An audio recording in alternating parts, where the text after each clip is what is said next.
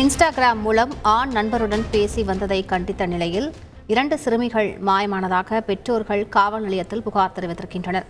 கூடுதல் விவரங்களை செய்தியாளர் சசிதரனிடம் கேட்கலாம். சசிதரன், அந்த சிறுமிகள் காணாமல் போனது பற்றி விசாரணை நடத்தப்பட்டு வருகின்றதா? முழு விவரங்கள் என்ன சசிதரன்? இன்ஸ்டாகிராம் மூலம் ஆண் நண்பருடன் பேசி வந்த சிறுமிகளை பெற்றோர்கள் கண்டித்ததால் 2 சிறுமிகள் காணாமல் போன சம்பவம் சென்னையில் பெரும் பரபரப்பை ஏற்படுத்தியிருக்கிறது. சென்னை எம்ஜிஆர் நகர் பகுதியை சேர்ந்த மகன் மற்றும் ஒரு மகள் உள்ளார். அவர்களுக்கு கணவரை பிரிந்து தனியாக வசித்து ஹவுஸ் கீப்பிங் வேலை செய்து வரக்கூடிய நிலையில் தன்னுடைய மகள் படிக்கும் வகுப்பில் அதே பயிலும் மற்றொரு சிறுமி ஆகிய இருவரும் இன்ஸ்டாகிராம் மூலமாக அறிமுகமான தருண் என்கிற நபரிடம் தொலைபேசியில் தொடர்ச்சியாக பேசி வந்ததாகவும் அதனை தாயார் கண்டித்துள்ளார்.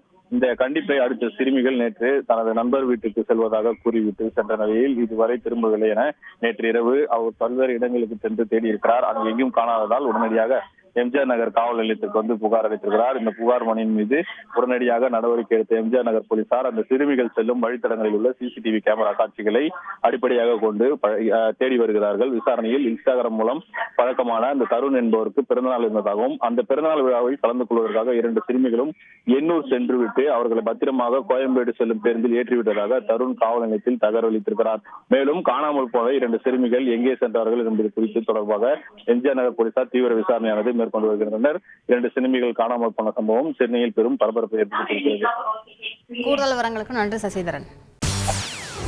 செய்திகளை உடனுக்குடன் தெரிந்து கொள்ள உடனே சப்ஸ்கிரைப் பண்ணுங்க.